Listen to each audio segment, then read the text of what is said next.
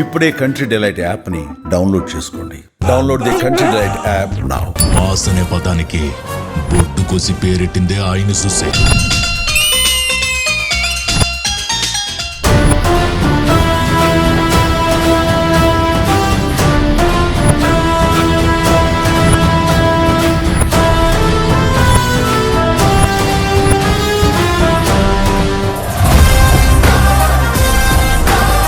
Hi hello నమస్తే, this is Suvarna. Welcome to Suman TV.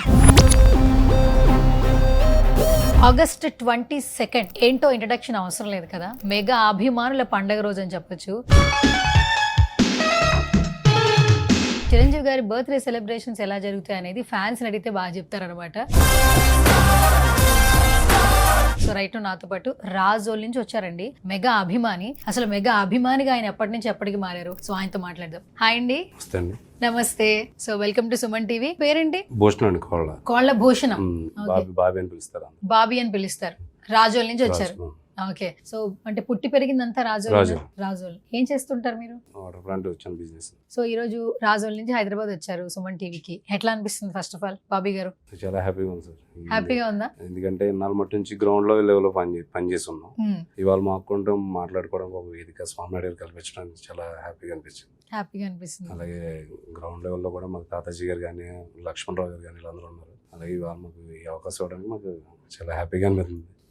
First time నేను చేసిన వర్క్ల కోసం నేను చెప్పుకోవడానికి ఒక అవకాశం దొరికింది. రాజోలో సెలబ్రేషన్స్ ఎలా జరుగుతాయి ప్రతి సంవత్సరం? చిరంజీవి గారి బర్త్డే సెలబ్రేషన్స్ రాజోలు అనేసరికి ఇంక చెప్పకూడదు. మెగా అభిమానులుగా ఇప్పుడు కూడా నేను మధ్యలో వచ్చాను. నా ముందు జనరేషన్ అంటే ఇంచుమించు 84 నుంచి కూడా తాలూకా చిరంజీవి ఫ్యాన్స్ అని చెప్పి తాతాజీ గారు స్టార్ట్ చేయడం జరిగింది. లక్ష్మణరావు గారు కానీ ఆయన కానీ చాలా బ్లడ్ 98 నుంచి బ్లడ్ స్టార్ట్ చేస్తే చిరంజీవి గారు 97 నుంచి తాతాజీ గారు మొదలు పెట్టడం కూడా గతంలో కూడా చాలా నేను విన్నాను. అంటే అప్పుడులో నాకు అంత వెళ్ళలేదు అంతా.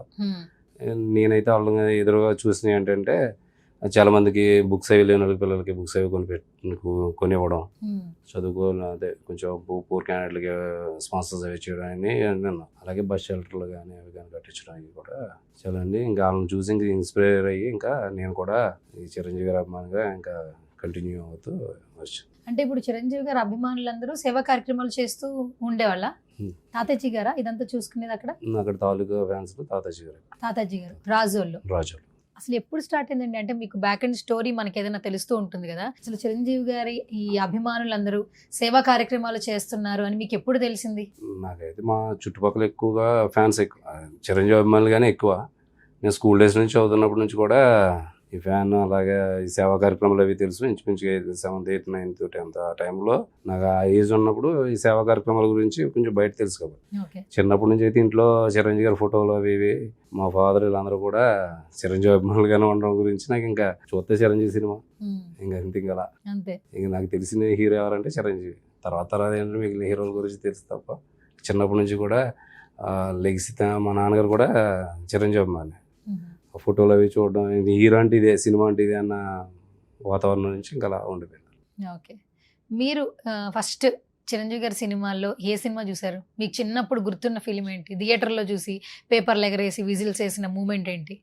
పేపర్లు అంటే కాదు కానీ అంటే స్ట్రీట్ వీధి సినిమాలు ఉంటుంటాయి కదా. పక్కన మా పెద్దమ్మ గారి ఇల్లు శివకోళ్ళు అంటే ఏదైనా జాతరలు అలాంటివి జరుగుతున్నప్పుడు సినిమా చూసాను ఫస్ట్. అదైతే చట్టానికి కళ్ళు సినిమా స్టార్టింగ్ మాట. వాళ్ళందరూ ఇవన్నీ పేపర్స్ అవి కట్ చేసేసి బాగా చిన్న ఉన్నాయి పట్టుకోరా అని చెప్పి పట్టుకుంటే చిరంజీవి ఇంట్రడక్షన్ సీన్ లో నేనే ఇస్తాను వాళ్ళందరికీ. వాళ్ళందరూ కాకుండా ఇంకా అలా కొండవీడి దొంగ చిన్నోడు బాగా 4th class time. First theatre లో చూసిన సినిమా ఘరానా మొగుడు. ఎలా అనిపించింది? అనుకున్న థియేటర్ దాటిపాక మా అన్నయ్య సైకిల్ మీద తీసుకెళ్లారు. అదైతే చూసిన తర్వాత ఇంకా అక్కడ నుంచి నాకు కొంచెం తెలుసు ఇలా సినిమా దాని తర్వాత ఇంకా మాస్టర్ సినిమా నుంచి అయితే ఇంకా కంటిన్యూ ఇంకా బెనిఫిట్ షోకి వెళ్ళడం ఇవన్నీ చేయడం. అంతకుముందు అయితే పెద్దోళ్ళు ఎవరైనా తీసుకెళ్ళడం అంతే. అంటే ఫస్ట్ సినిమా అంటే ఘరానా మొగుడు, రైట్? ఘరానా మొగుడు. అప్పుడు టికెట్ రేట్ గుర్తుందా మీకు ఎంత ఉంది అని? ఎంత 4 రూపీస్ ఎంత ఉండేది? 4 రూపీసా? 4 రూపాయలు. చూడబో 4 రూపాయలు, బెంచ్ అయితే 2 రూపీస్ అలా ఉండేది. బెంచ్ 2 రూపీస్, అంతే అంతే.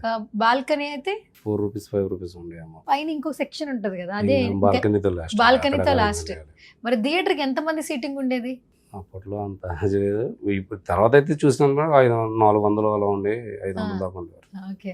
బెనిఫిట్ షోస్ అంటే ఇంక తర్వాత బెనిఫిట్ షోకి వెళ్ళడం అలవాటు. ఇంక థియేటర్లో ఇంకా అన్లిమిటెడ్ కదా, ఇంక వెళ్ళడం వెళ్ళడం ఇంకా కూర్చునేది ఏమి ఉండదు. ఇంక కింద అంటే కిందే గంతులు వేయడం అవి చేయడం అవన్నీ మామూలు. బాబీ గారు, ఇప్పటికీ మేము చూస్తుంటాం బెనిఫిట్ షోస్లో ఏంటంటే బెనిఫిట్ షోస్కి వెళ్ళేదే ఆ సినిమాకి సంబంధించిన హీరో ఫ్యాన్స్ మాత్రమే వెళ్తారు. మార్నింగ్ 4 గంటలకి లేదా నైట్ 12 o'clock షోస్కి వెళ్ళేది వాళ్ళు మాత్రమే. వాళ్ళ అభిమాన హీరోని ఆ స్క్రీన్ మీద సిల్వర్ స్క్రీన్ మీద చూసిన తర్వాత సినిమా ఎక్కడ చూడరు. వాళ్ళు కనిపించిన అరిచేస్తారు, గోల్ చేస్తారు, విజిల్స్ వేస్తారు, ఆ డైలాగ్స్ కూడా గుర్తుండవు. అంటే అంత ఇష్టపడుతుంటారు ఆ హీరోని చూడడానికి. అట్లా చిరంజీవి గారి సినిమాలు బెనిఫిట్ షోస్కి అసలు రచ్చ ఎలా ఉంటుంది థియేటర్లో? అయితే మీరు చెప్పినట్టే బయట రాగానే సినిమాలో ఉందని అడుగుతారు. సినిమా ఏం చూసినా చిరంజీవిని చూస్తాం, ఇంక వేరే ఇంకేం కనబడదు. ఇంకా చిరంజీవి గారే.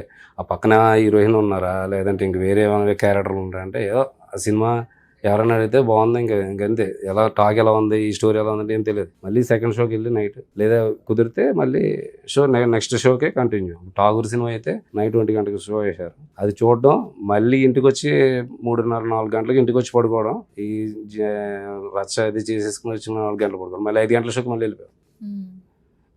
వెళ్ళిపోయి ఇంకా ఎలా అంటే ఆ రోజే 3 సార్లు చూసాను సినిమా ఠాగూర్. ఎందుకు ఏం చూసానో తెలియదు, అంతే. చిరంజీవి గారు అంతే. 2వ రోజు 3వ రోజు ఇది స్టోరీ, ఇది హాస్పిటల్ సీన్ ఇలా ఉంటుంది ఇది అని చెప్పేసి అంతే. ఓకే. సో రాజుల్లో అసలు షో ఎప్పుడు స్టార్ట్ అయ్యేది? అప్పుడు ఇప్పుడంటే సినిమాలకు నిజంగా క్రేజ్ ఎక్కువైపోయింది. అప్పట్లో డిజిటల్ మీడియా లేదు, యూట్యూబ్ లేదు, సినిమా వస్తుందని మ్యాగజైన్స్లో చూసేవాళ్ళు. అట్లా ఊర్లలో అనౌన్స్మెంట్లు, ఒక రిక్షా ఒక ఆటోలో మన అభిమాన హీరో పలానా థియేటర్లో ఈ టైంకి వస్తుందని చెప్పి అనౌన్స్మెంట్లు వచ్చేవి కదా, అవి కొన్ని షేర్ చేస్తారా మెమరీస్ ఎట్లా ఉండేవి ఏంటనేది? అప్పట్లో నాకు తెలిసి అయితే సితారా కానీ మెగా పవర్ బుక్లో రిలీజ్ డేట్లు చూసుకునేవాడు. చూసిన తర్వాత మా రాజుల్లో థియేటర్ లేదు, తాటిపక్క థియేటర్. ఆటోమేటిక్గా ఇంకా డేట్లు అవి తెలుసు, పోస్టల్స్ అవి చూసుకుంటాం కదా, రిలీజ్ రా ఇంకా ముందు రోజు ఇంకా మా రెడీ. ఇంచుమించుగా నాకైతే డాడీ సినిమా నుంచి బ్యానర్లు కట్టడం అలవాటు, బ్యానర్లు చేయడం కూడా అలవాటు. ఆ అలవాటు మీద ఏంటంటే 2 రోజుల ముందే ఇంకా నా వరకు అయితే నాకు వేరే పండుగలు అయ్యే అంత సెలబ్రేషన్ ఉండదు, కానీ సినిమా వచ్చిందంటే 2 రోజుల ముందు నుంచి ఒక బ్యానర్ కట్టించడం, ఈ జనాలందరినీ పోగు చేసుకోవడం. అంటే ఫైనాన్షియల్గా కూడా ఒక్కడే పెట్టి అంత పరిస్థితి ఉండదు. ఊళ్ళో ఇంకా చాలా సపోర్ట్ ఉంది, బ్యానర్ కడదామంటే నేను ఇస్తాను, డబ్బులు ఇస్తాను, తీసుకెళ్ళి కట్టడం. ఇంకా సినిమా ఈ తాతాజీ గారి నాలని టికెట్లు ఏవి తీసుకోవడం, ఇంకా చూడడం. ఓకే. ఇంకా అలా సరదా వెళ్ళిపోతుంటుంది. బాబీ గారు, బ్యానర్లు కట్టేటప్పుడు ఒక హై ఉంటుంది. బేసిక్గా ఏంటంటే ఇప్పుడు మన చిన్న ఫోటోగ్రాఫ్ చూసుకున్నప్పుడే మన మెమరీ రీకలెక్ట్ అయినప్పుడు మన మనసులో చాలా హ్యాపీ ఉంటుంది. ఒకప్పుడు ఏంటంటే పండగలకి బ్యానర్లు కడతారు, ఫెస్టివల్స్కి బ్యానర్లు కడతారు. బట్ ఆ బ్యానర్లో కూడా చిరంజీవి గారిది, పవన్ కళ్యాణ్ గారిది, నాగబాబు గారిది, ఇప్పుడు రామ్ చరణ్ గారిది కూడా వస్తుంది, అండ్ సాయి దుర్గతేజ్, వీళ్ళందరి ఫొటోస్ వస్తున్నాయి. మెగా అభిమానులు, మెగా ఫ్యామిలీకి సంబంధించిన అందరి హీరోస్ ఫొటోస్ పెట్టి బ్యానర్స్ కట్టుకుంటున్నారు. ఆ కింద పలానా అని చెప్పి నేమ్స్ వస్తుంటాయి, ఫొటోస్ వస్తుంటాయి. అప్పట్లో నేమ్ మాత్రమే వచ్చేది, ఇప్పుడు ఫొటోస్ కూడా పెడుతున్నారు. ఆ ఎంట్రన్స్ ఊరు ఫస్ట్ ఎంటర్ అవ్వగానే అరే మెయిన్ ఎంట్రన్స్లో మన బోర్డు ఉండాలిరా, మన కటౌట్ ఉండాలిరా అని చెప్పి, అంటే వెళ్ళే వాళ్ళు కూడా అది చూసి ఒక్క నిమిషం అది చూసి ఆశ్చర్యపోయి వెళ్ళిన సందర్భాలు ఉంటాయి. ఆ ఒక్క కటౌట్కి చాలా హ్యాపీనెస్ ఉంటుంది కదా.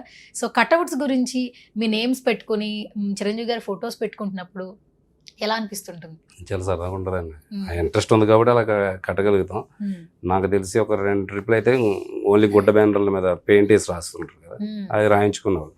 అండ్ రాజోలు చిరంజీవి ఫ్యాన్స్ అంతే. రాజోలు మా అంటే తాటిపక్క గ్రామంలో కాదు, రాజోలు చిరంజీవి ఫ్యాన్స్. లోపల మిగిలిన ఏ ఊర్లో వాళ్ళు కట్టుకుంటారు కదా, మన స్పెషల్గా ఎక్కడ కనబడుతుంది ఈ ప్లేస్ చూసుకోవడం, కట్టుకోవడం. తర్వాత డిజిటల్ వచ్చిన తర్వాత మనకు కావాల్సిన ఫోటోలు వేసుకోవడం, మంచి మంచి డిజైనింగ్ చేసుకోవడం, రకరకాలుగా. ఇంకా సరదా నాకు, ఇంకా బ్యానర్ డిజైన్ చేయించడం నాకు ఇంకా సరదా. అవునా? అలాగే చేయించుకుని ఏదో కొంచెం క్రియేట్ చేసుకోవడం. ఒక బ్యానర్ మనం మీరు చెప్పిన తర్వాత అది బయటికి రావడానికి ఎంత టైం పడుతుంది? ఒకప్పుడు ఫస్ట్ చెప్పండి, ఫస్ట్ మీరు బ్యానర్ కట్టింది ఏ సినిమాకి? ఫస్ట్ కట్టింది అయితే జై చిరంజీవికి విజయవాడ నుంచి తెప్పించాం. ప్రింట్ ఇక్కడ లేకపోవడం వల్ల విజయవాడ నుంచి తెప్పించాం. విజయవాడ నుంచి రాజోలు తెప్పించారా? రాజోలు తెప్పించుకుని అప్పుడు కట్టాల్సి వచ్చింది. దాని తర్వాత వచ్చిన సినిమాలతో ఏం పెద్దగా ఏం కాదు, పాలకొల్లు పక్కనే, పాలకొల్లు అటు సైడ్ నుంచి తీసుకొచ్చాం. ఫస్ట్ బ్యానర్ అయితే విజయవాడ అది ఎంత కాస్ట్ అయింది? సరిగా ఐడియా లేదు అప్పట్లో. అంటే ఫ్రెండ్ ఒకళ్ళు ఉండి ఇంకా విజయవాడ నుండి మినిమం చెప్పండి ఊరికే తెలుసుకుందామని. జై చిరంజీవి అప్పుడు మీరు కట్అవుట్ పెట్టినప్పుడు ఎంత కాస్ట్? అప్పుడు ఫీట్ లెక్క తీసుకునేవారు. యాక్చువల్లీ ఒక ఫీట్ వచ్చి 50 రూపాయలు కాస్ట్ చేసేవారు. ఫీట్ 50 రూపాయలు కాస్ట్ చేసేవాళ్ళు. ఎన్ని ఫీట్స్ అయితే అన్ని 50s? అంటే స్క్వేర్ ఫీట్ ఉంటుంది కదా, స్క్వేర్ ఫీట్ లో అదైతే నేను అక్కడ వరకు నిన్న. తర్వాత ఏంటంటే కొంచెం నేను డబ్బులు పంపించడం నేను చూసుకుంటాలే అంటాడు. ఓకే, అంటే మీరు వెళ్ళి ఆర్డర్ ఇచ్చినా కూడా వాళ్ళు ఇంకా అంతే. ఇప్పుడు పైసలేం అడగరు. ఇక మా ఏరియాలో ఎలా ఉందంటే చిరంజీవి గారి కార్యక్రమం జరుగుతుంది, ఫోన్ చేస్తాం ఎవరో ఒకరికి, ఫ్లెక్స్ కార్యక్రమం జరుగుతుంది, సైజ్ ఎంతో చెప్పు, బ్యానర్ ఎంతో చెప్పు, కాస్ట్ అనేది తర్వాత విషయం, ఇవ్వడం తీసుకోవడం. అది ఇంక అందరూ ఎలా అంటే ఇంక రాజుల గురించి మొన్న జనసేన గెలిచిన తర్వాత ఇంక రాజుల గురించి చెప్పుకోకలేదు అనుకో. ఆల్మోస్ట్ వరల్డ్ వైజ్ అయితే తెలుసు ఆల్మోస్ట్ ఫ్యాన్స్ అనేది ఎలా ఉంటారో. పర్లే, ఏదైనా ఒక సేవా కార్యక్రమం చేసినా డబ్బులు ఉన్నాయా లేవా అనేది లేదు. నా ఇంట్లో నేను ఏదైనా కార్యక్రమం చేయాలంటే డబ్బుల కోసం ఆలోచించుకోవాలి. నేను ఎవరి దగ్గరికైనా వెళ్ళి నాకు ఇలా కొంచెం నాకు అవసరం అండి అంటే ఇంక రెండోది ఆలోచించను, మీకు నేను అరేంజ్ చేస్తానండి అంటే అంతే. అక్కడ నుంచి బయటకు రాగానే ఇలా పలానా వాళ్ళకి ఇలా ప్రాబ్లం వచ్చిందంట, ఇలా అరేంజ్ చేయమంటున్నారు ఏంటి అని అడగగానే అదా నేను ఇస్తాను రా అంటారు. ఇంక నేను అడగక్కర్లొద్దు. ఇంకా ఫ్యాన్స్ అంటే ఇంకా ఆ టైప్లో వెళ్ళిపోతుంటుంది. అందులో ఇంక రాజులు ఇంకేం చేసేసరికి ఇంకా నెంబర్ 1 ఇంకా దాని గురించి ఆలోచించకూడదు. లేకపోతే ఆర్థికంగా నేను చాలా ఇబ్బంది.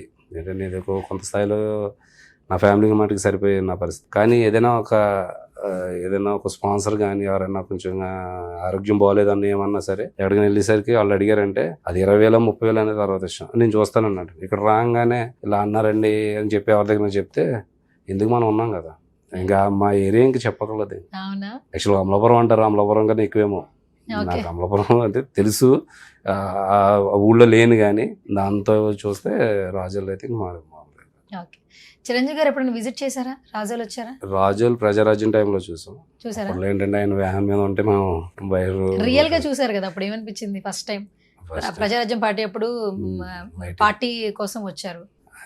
ఇంకా అడవడి ఇంకా చూడడం అంతే.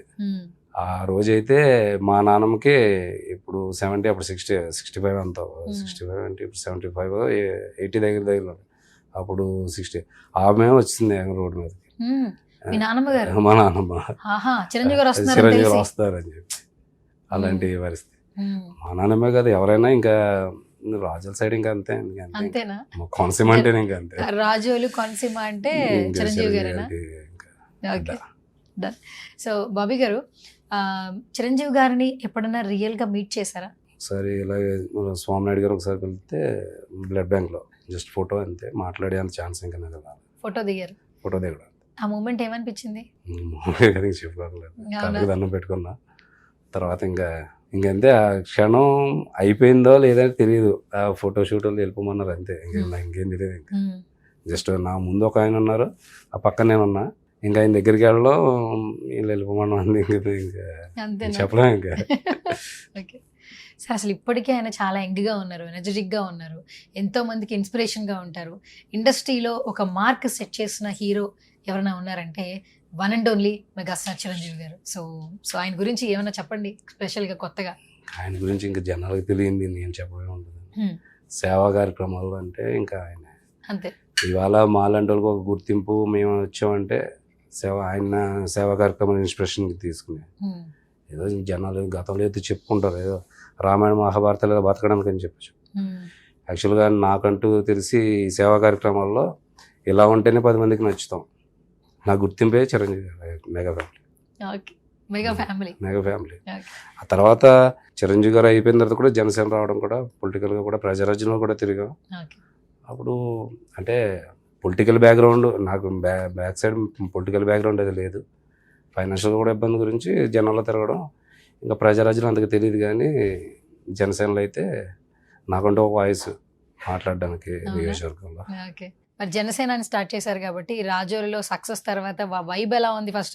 ఫస్ట్ సక్సెస్ తర్వాత వినిపించిన 2 పేర్లు ఏంటంటే, ఫస్ట్ పిఠాపురం. ఎవరికి తెలియదు, పిఠాపురం ఒక్కసారిగా భూమ్ లాగా వచ్చేసింది పిఠాపురం గురించి బయట అందరికీ. ఎక్కడెక్కడో నేషనల్ మీడియా వాళ్ళు కూడా పిఠాపురంకి వచ్చారు. తర్వాత రాజోలు గురించి మాట్లాడారు. సో ఏం చెప్తారు?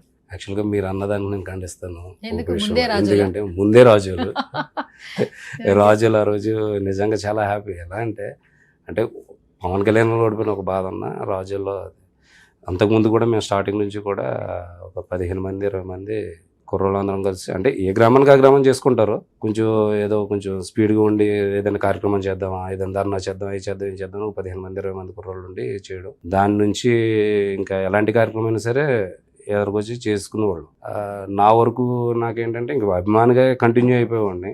జనసేన పవర్ ఏంటి అనేది ఎలా అంటే, ఒక రోడ్డు విషయంలో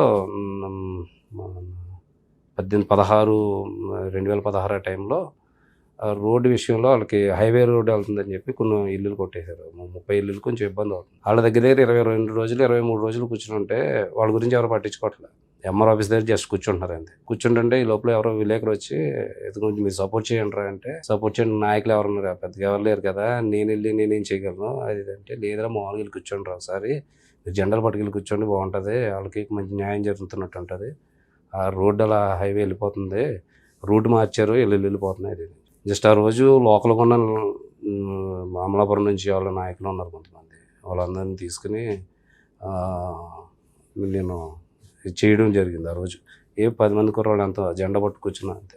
రెండో రోజే వెంటనే ప్రతిపక్ష నాయకుడు అండ్ ఎమ్మెల్యే వచ్చి నిమ్మరసంలో తాగిచ్చి వెంటనే తీయించారు.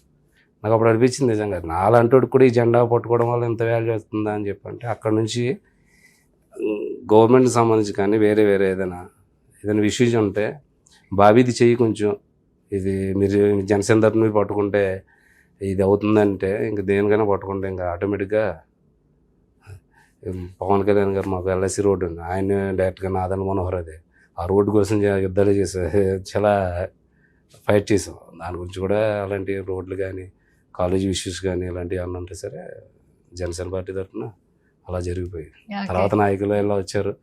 వచ్చిన తర్వాత 2019 ఎలక్షన్లో విజయం సాధించాం. అది అందరూ కలిసికట్టుగా చేస్తారు. ఓకే, మరి మీ పార్టీకి సంబంధించిన జనసేన పార్టీకి సంబంధించి deputy CM power star Pawan Kalyan గారి గురించి ఏమైనా స్టార్గా చెప్తారా, ఏమైనా వర్డ్స్? స్టార్గా ఆయన గురించి చెప్పడం ఏముందండి, ఏకైక నాయకుడు ఆయన.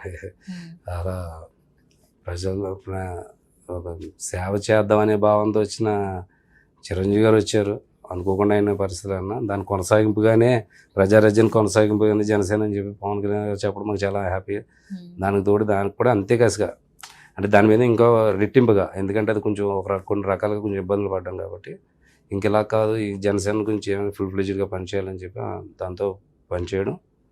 అలాగే ఇంకా రాను కూడా పవన్ కళ్యాణ్ గారు కూడా ఆయన స్థాయి వేరు, సేవకు కానీ రాజకీయానికి కానీ గేమ్ చేంజర్ ఆయన రాజకీయాల్లో 100%. ఓకే, ఏంటి ఎలా ఉంది ఇప్పుడు రాజుల సిచ్యువేషన్ ఎలా ఉంది? పవన్ కళ్యాణ్ గారి పరిధిలో జనసేన పార్టీ అంటే కూటమి వచ్చింది, సో చాలా బాగుందని అందరూ అంటున్నారు. పరిపాలన గురించి ఏమైనా చెప్తున్నారా?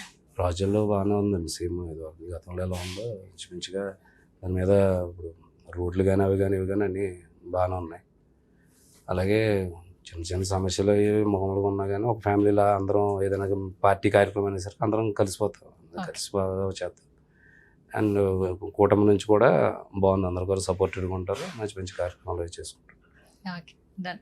సో ఫైనల్గా మెగాస్టార్ చిరంజీవి గారికి బర్త్డే విషెస్ చెప్పాలంటే ఒక అభిమానిగా మీ వర్డ్స్ ఏంటి? ఇప్పుడు కలకాలం ఆయన అలా ఉండాలి, మేము ఆయన అలా స్క్రీన్ మీద చూస్తూ ఉండాలి, అంతేనా? ఓకే, అయితే బాబీ గారు, కోవిడ్ టైంలో ఆక్సిజన్ సిలిండర్స్ చాలా కీ రోల్ ప్లే చేశాయి, బట్ రాజుల్లో కూడా మెగా అభిమానులందరూ చాలా హెల్ప్ చేశారట, చాలా మందికి డిస్ట్రిబ్యూట్ చేశారంట, ఒకసారి ఎక్స్ప్లెయిన్ చేస్తారా? అది స్టార్టింగ్లో అయితే జిల్లాకు ఒకటని చెప్పేసి స్టార్టింగ్ స్వామినాయుడు గారు ఏదో చెప్పారు, అప్పుడు అమలాపురం పెట్టారు. అమలాపురం ఇచ్చినప్పుడు మా నుంచి చాలామందికి ఫోన్ చేసి మళ్ళీ అమలాపురం వెళ్ళడం ఇబ్బంది అవుతుందని చెప్పి తాతాజీ గారు అండ్ ఉల్సిటి లక్ష్మణరావు గారు కూడా స్వామినాయుడు గారికి చెప్పి కొంచెం రిక్వెస్ట్ మీద ఎటు పరిస్థితుల్లో రాజుల్లో ఉండాలండి, పైగా అప్పటికే గెలిచిన ఏరియా, అది జనసేన పార్టీ తరఫున కూడా గెలిచిన ఏరియా, మనకు ఫ్యాన్స్ కూడా ఎక్కువ ఉన్నారు కదా, మనం సపోర్టెడ్గా ఉండాలని చెప్పేసి వీళ్ళు కొంచెం స్వామినాయుడు గారు చెప్పడం, స్వామినాయుడు గారు వెంటనే స్పందించి అక్కడ ఈ రాజుల్లో పెట్టండి అని చెప్పడం. అలాగే కొంచెం మలికిపురం నుంచి రావుమురళి గారిని కానీ నాగభూషణం గారిని కానీ కందల చంటి గారిని తొలాది గారిని అందరినీ ఇంక్లూడ్ చేసి అందరూ కలిపి చేయండి అని చెప్పడం. రాజుల్లోనే పెట్టాలని చెప్పేసరికి అక్కడ నేనే ఉండడం గురించి ప్లేస్ అది చూడండి అని చెప్పి అర్జెంటుగా చెప్పడం. పెట్టిన తర్వాత చాలా ఎలా అంటే ఇంకా మా ఏరియాలో చిరంజీవి గారు ఆక్సిజన్ సిలిండర్ పెట్టిన తర్వాత మాకు ఇంకా రెట్టింపు గుర్తింపు వచ్చింది బాగా. ఎలా అంటే ఏ టైంలో అయినా సరే ఫోన్ చేస్తే మేము ఆక్సిజన్ సిలిండర్ ఎలా చేయడం ఇవ్వడం. కొంతమంది ఏంటంటే హాస్పిటల్కి వెళ్ళి హాస్పిటల్ ఉండలేక, ఎక్కువ ఈ కరోనా పేషెంట్లు హాస్పిటల్ ఉండలేక ఛార్జీలు అవి తీసుకోలేక లోకల్కి వచ్చి ఆర్ఎంపీ డాక్టర్ దగ్గర ట్రీట్మెంట్ చేయించుకుంటే ఆక్సిజన్ వాళ్ళకి అందకపోవడం వల్ల మళ్ళీ మా దగ్గర మేము ఆక్సిజన్ సిలిండర్లు ఇచ్చేవాళ్ళం. దానివల్ల నిజంగా ఆ టైంలో ఆక్సిజన్ సిలిండర్ ఇచ్చిన తర్వాత ఇవాళకి కూడా ప్రాబ్లం తగ్గిన వాళ్ళు అందరూ కూడా ఇవాళ నేను ఉంచినుంటే వచ్చి అంటారు, బాబీ నువ్వు ఆక్సిజన్ సిలిండర్ ఇచ్చావు కదా. అది చాలా హ్యాపీగా అనిపిస్తుంది. బ్లడ్ డొనేట్ చేయడం అనేది ఒక ఎత్తు అయితే, ఆక్సిజన్ సిలిండర్ దానికి తోడు ఆక్సిజన్ సిలిండర్ అనేది ఇంకా చాలా మాకు అయితే చాలా ఉపయోగపడింది. ఒక వాళ్ళు అయితే హాస్పిటల్ని తీసుకెళ్ళిపోమన్నారు. నేనైతే డైరెక్ట్ ఫేస్ చేసింది ఇది. హాస్పిటల్ని తీసుకెళ్ళిపోమన్నారు. మోర్లో తీసుకెళ్ళిపోమంటే అతను ఇంటికి తీసుకొచ్చారు. పక్కన ఉన్న ఆర్ఎంపీ డాక్టర్ ఎవరు, పర్లేదు చూద్దాం చిరంజీవి ఆక్సిజన్ సిలిండర్ ఇస్తున్నారు కదా అని చెప్పంటే తీసుకెళ్ళి అది పెట్టి చేసిన తర్వాత దగ్గర 4 బండ్లు 5 బండ్లు ఆక్సిజన్ అంటే 4 రోజులకి ఇవ్వడం జరిగింది. అతను రికవర్ కూడా అయ్యాడు తర్వాత. చాలా చెప్పారు బాగా. ఆ టైంలో నాకు నిజంగా వాళ్ళని చూసి నిజంగా అలాంటి అవకాశాలు నిజంగా వాళ్ళు మనకు చెప్తున్నారంటే ఇవాళ చిరంజీవి గారు పెట్టడం వల్లే కదా. చాలామందికి సుమారు 70-80 మందికి ఆ టైంలో ఆక్సిజన్ సిలిండర్లు ఇవ్వడం జరిగింది. అంటే 2 డేస్ 3 డేస్ సిలిండర్ ఉంటుంది. మెంబర్ ఆఫ్ పర్సన్స్ అయితే ఒక 70-80 మంది సుమారు ఉంటారు, ఇంచుమించుగా 80 ఉంటారు. వాళ్ళందరికీ కూడా ఆక్సిజన్ సిలిండర్లు ఇవ్వడం ఆ టైంలో సెకండరీ నుంచి కానీ ఏ టైం అయినా సరే వీళ్ళందరూ కూడా బాగా సపోర్ట్గా ఉండేవారు. దానికి ఇచ్చినందుకు అప్పుడు స్వామినాయుడు గారికి ధన్యవాదాలు. ఆ సందర్భం కానీ ఈ సందర్భంలో అయినా సరే మళ్ళీ స్వామినాయుడు గారు ఆ ప్లేస్ ఎంచుకున్నందుకు స్వామినాయుడు గారికి అలాగే చిరంజీవి గారికి ఇంకా ధన్యవాదాలు తెలియజేసుకున్నాం. దానికి తగ్గట్టుగా ఏంటంటే మాకు కూడా రెట్టింపు గుర్తింపు వచ్చి మేము కూడా ఒక సేవకులుగా మంచి నేమ్ వచ్చింది. ఓకే, ఈ ఫ్యూచర్లో రాజోలో ఎలాంటి సేవా కార్యక్రమాలు చేయబోతున్నారు మెగా అభిమానులు? అఖిల భారత చిరంజీవి నుంచి ఏ విధమైన పిలుపులు వచ్చినా సరే మేము ఎప్పుడు చేయడానికి సిద్ధంగానే ఉంటాం. అలాగే మొక్కలు నాటి కార్యక్రమాలు ఎప్పుడు కామన్గా చేసి అన్నీ కూడా ఈ ట్రిప్ కూడా ఏదో కొన్ని కార్యక్రమాలు అవి చెప్పారు. అవి యాజిటీస్ అవి కూడా స్వామినాయుడు గారు చెప్పినట్టే జరుగుతుంటుంది. అలాగే అక్కడ చిరంజీవి గారి సినిమా బెనిఫిట్ షోలు డబ్బులతో అయ్యి గుండబల్లి తాతాజీ గారు అండ్ సీనియర్స్ అందరూ కలిసి లక్ష్మణరావు గారు వీళ్ళందరూ ఉన్నారు. ఈ సీనియర్స్ అందరూ కలిసి ఒక సైట్ ఒకటి తీసుకున్నారు. అందులో కళ్యాణ మండపం కట్టాలనేది అక్కడ ఆలోచన. ఆ కళ్యాణ మండపంలో ఎవరు అంటే అది కూడా చిరంజీవి గారి పేరు మీద కళ్యాణ మండపం కట్టాలి. చిరంజీవి గారి పేరు మీద కళ్యాణ మండపం కట్టడానికి అంటే ఇప్పుడు రాజోల్లో ఉన్న వాళ్ళు ఎవరన్నా? రాజోలు అంటే తాటిపక్క గ్రామంలో ఉంది. ఓకే ఓకే, అక్కడ వెడ్డింగ్ చేసుకునేలాగా. వెడ్డింగ్ చేసుకున్నాం. అవి మళ్ళీ ఓకే తక్కువలో కొంచెం ఇలాగా తక్కువలోగా అంటే హాల్ బుక్ చేసుకుంటారు బట్ తక్కువలో. మెయింటెనెన్స్ ఉంటుంది కదా, దీనికి ఖర్చులు ఉంటాయి కదా, అవన్నీ కూడా ఫ్యూచర్లో అది చేయాలనుకుంటారు. యాక్చువల్గా నాకు అక్కడ ఆ ఫ్యాన్స్ ఎందుకంటే ఈ తాతాజీ గారు లాంటి వాళ్ళు, లక్ష్మణరావు గారు లాంటి వాళ్ళు వీళ్ళని చూసి ఇన్స్పైర్ అవ్వడం. ఎందుకంటే ఏదో బెనిఫిట్ షోలకి డబ్బులు ఖర్చు పెట్టి ఏదో మందు కలుపులు కాల్ చేసి ఆడావిడ చేసేసి ఇవన్నీ కాకుండా ఆ డబ్బులన్నీ ఒక దుఃఖం పెట్టి ఒక సైట్ కొని దాని మీద చిరంజీవి గారిది ఇలాగ చెయ్యాలనేది ఆయనే. అలాగే లక్ష్మణరావు గారు ఉన్నారంటే చిరంజీవి గారి పేరు మీద అవి తీసుకుని అంతర్వేదిలో సంవత్సరం కూడా అన్నదాన సత్రం చేస్తుంటాడు ఆయన. అలాగే ఇంకా నాగభూషణం అని చెప్పి ఆయన ఉన్నారు, వాటర్ ట్యాంక్ అవి చేస్తుంటారు. ఓకే, ఇలాంటి వాళ్ళు చాలామంది ఇంకా చేయడం వల్ల మా లాంటి వాళ్ళు కూడా కొంచెం inspiration. Thank you so much Bobby గారు. మేము కూడా ఈగర్గా వెయిట్ చేస్తున్నాం విశ్వంబర కోసం. అండ్ మా సుమన్ టీవీకి వచ్చారు. మీ వాల్యుబుల్ టైంని అలాగే చిరంజీవి గారి మీద ఉన్నటువంటి ప్రేమని చాలా చక్కగా ఎక్స్ప్లెయిన్ చేశారు. Thank you so much once again. And మీరు కూడా మంచిగా హ్యాపీగా మంచి ఆరోగ్య ఐశ్వర్యాలతో ఉండాలని మా సుమన్ టీవీ నుంచి మనస్ఫూర్తిగా కోరుకుంటున్నాం. Thank you so much.